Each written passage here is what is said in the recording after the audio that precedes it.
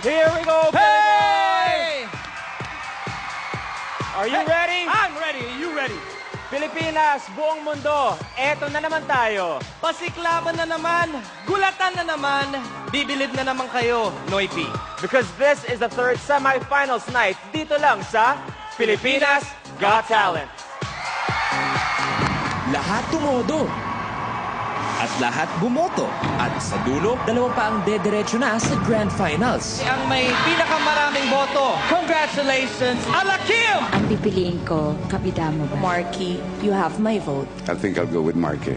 Alakim and Marky join Jovet and Ruther to being a step closer to 2 million pesos. Tonight, the third batch of semi-finalists will show the world what they've got because this is Performance Night. Keith Clark Del Lleva from Pasay. Matinding labanan ito dahil 6 na po sa amin. Lahat po sila magagaling. Unique, kaso marami siyang kalabang bata. Good luck.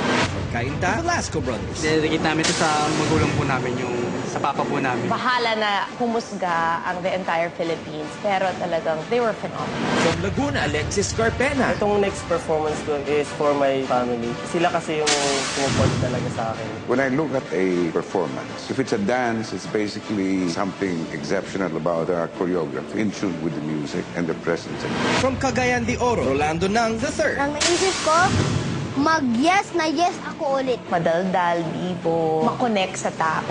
From Dumaguete, Dolito Saldivas. Salamat po sa pag-consider niyo sa akin. Ito naman si teacher ay simbolo ng buong mga guro sa buong Pilipinas. Kaya teacher, go ka rin dyan. And from Davao, Reggie Ramirez. Masayang-masaya talaga ako nung nabigyan ulit ako ng opportunity na maipakita ko yung talent ko sa buong mundo. Ang galing niya. Ang question na lang sa kanya is, how many more songs will he be able to do in that manner? So Pilipinas, bumanda na kayo dahil ang talent sa programang ito bawal mag-concede. The competition gets tougher and tougher. This is the semifinals. Ito lang sa biggest talent reality show ng bayan. Pilipinas Got Talent. Dito, walang pinipiling edad. Dito, lahat ng talent, welcome. Dahil dito, basta talented ka at basta Pilipino ka, welcome na welcome. Pilipinas at buong mundo, get ready to witness another world-class showdown. Noy P, show the world what you've got. This is Pilipinas Got Talent.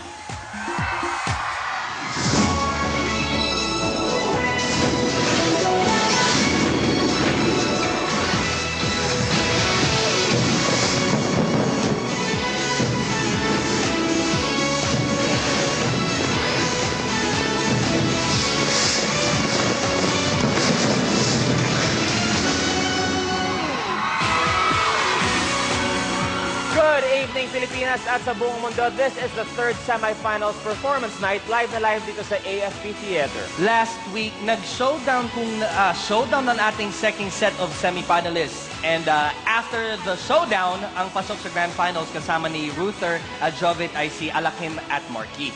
At tonight sa ating third batch of semifinalists, mukhang walang dapat mag-concede. Ito, Billy Boy, dahil bawat isa sa kanila ay talaga namang naghanda. Matinding labanan to, bro. At eto pa, bro. Ang mga audience natin last week, ibang klase ang energy nila. Pero kayo dito, magpapatalo ba kayo? Magpapahuli ba kayo sa pagboboto? Aba, mukhang palaban din, Brad.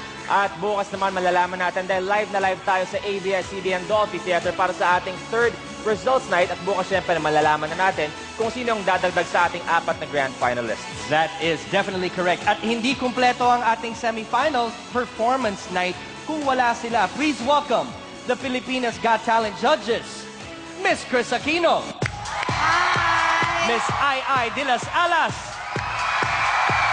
and Mr. Freddie M. Garcia, a.k.a. FNG, the Big Three. Good evening, judges. Now, let me ask the judges, kung last week medyo matindi ang labanan ng ating mga semifinalists, anong masasabi nyo sa ating third batch na magpa-perform sa harap nyo ngayong gabi?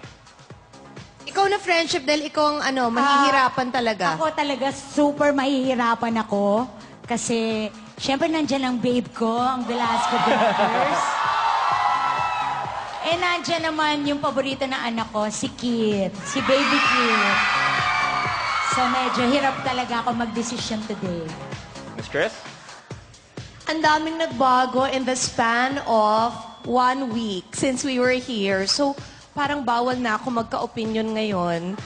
May I just take this opportunity? This is the first time I'm gonna be able to say this. To the 43% of the Filipino nation that gave my brother your vote, maraming salamat po.